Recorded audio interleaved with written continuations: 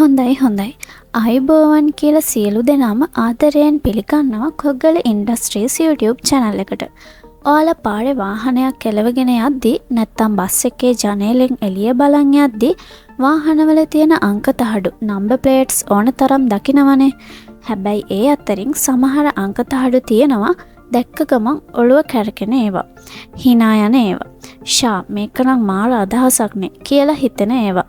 අද අපි කතා කරන්න යන්නේ අන්න ඒ වගේ ලෝකෙ පුදුමම කස්ටම් නම්බර් ප්ලේට්ස් ගැන සහ ඒවා පිටිපස්සේ හැංගිලා තියෙන රස කතා ගැන. මුලින්ම කියන්න ඕනේ අපේ ලස්සන ශ්‍රී ලංකාවේ නම් ওই කස්ටම් නම්බර් ප්ලේට් සංස්කෘතිය එච්චරටම ජනප්‍රිය නැහැ. නීතියනොත් එකට ලොකු ඉඩක් නැහැ. අපේ තියෙන්නේ සම්මත අංක තහඩුනේ. අර අකුරුයි ඉලක්කමුයි තියෙන ඉඳලා හිටලා සමහර විශේෂ පුද්ගලයින්ට එහෙම නැත්නම් වින්ටේජ් කාර් වගේ දේවල් වලට වෙනස් විදිහේ තහඩු දකින්න ලැබුණත් ඒක හරිම සීමිතයි. ඒත් ඔය ඇමරිකාව, එංගලන්තය, ඕස්ට්‍රේලියාව, ඩුබායි වගේ රටවල් වලට ගියොත් මේක මහ විශාල උන්මාදයක්.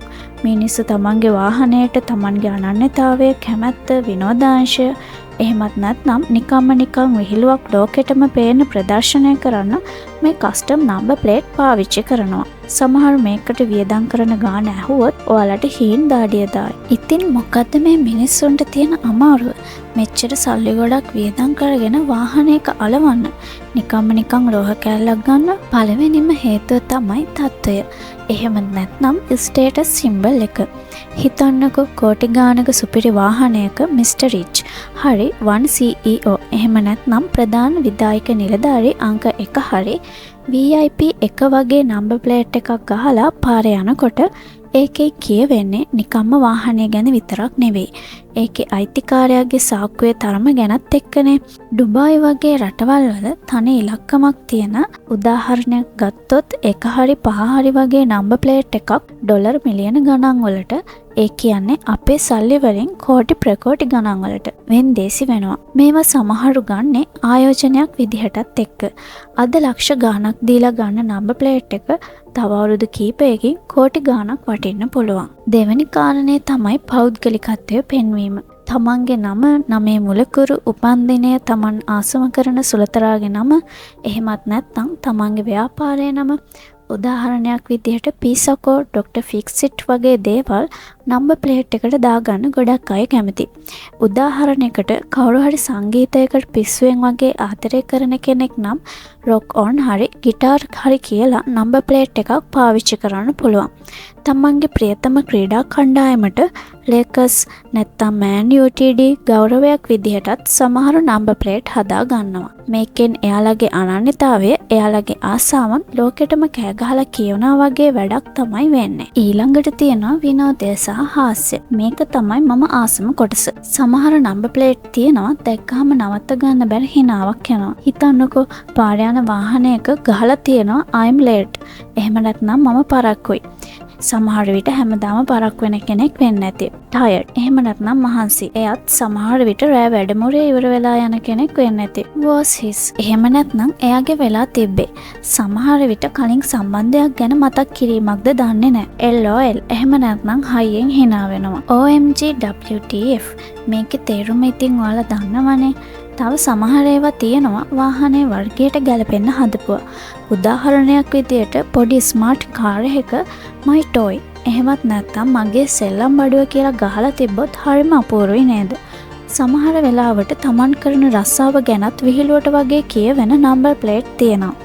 දන්ත වෛද්‍යවරයෙක්, ටූත් ඩොක්ටර් එහෙමත් නැත්නම් දත් දොස්තර කියලා දාගන්නවා වගේ. මේ නම්බර් ප්ලේට් කියන්නේ නිකම්ම අකුරුයි ඉලක්කමුයි එකතුවක් විතරක් නෙවෙයි. ඒ හැම එකක් පිටිපස්සෙම ලස්සන කතාවක්, මතකයක්, හැඟීමක් හරි අත්දැකීමක් හරි හැංගිලා තියෙන පුළුවන්. සමහර විට ඒක එයාලගේ පළවෙනි වාහනයට ගත්ත නම්බර් ප්ලේට් එක වෙන්න පුළුවන්. එහෙමත් නැත්නම් විවාහ සංවත්සරයේ දවස මතක් වෙන්න හදාගත් එකක්. උදාහරණයක් විදිහට හැපිලි මිසිස් එහෙමත් නැත්නම් සතුටින් විවාහකයි. නැත්නම් තමන්ගේ ජීවිතේ ලොකු ජයග්‍රහණයක් සමරන්න සර්වයිවර්. එහෙමත් නැත්නම් දිවි ගලවාගත් තැනැත්තා යන තේරුමට හදාගත් එකක් වෙන්නත් පුළුවන්. මේක හරියට පච්චයක් කොටනවා වගේ තමයි.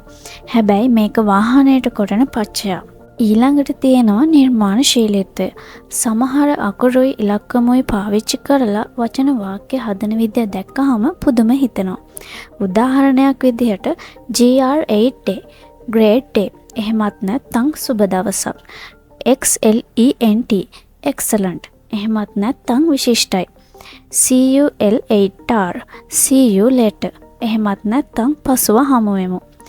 No one else එහෙමත් නැත්නම් වෙන කිසිවෙක් නෑ වගේ ඒවා.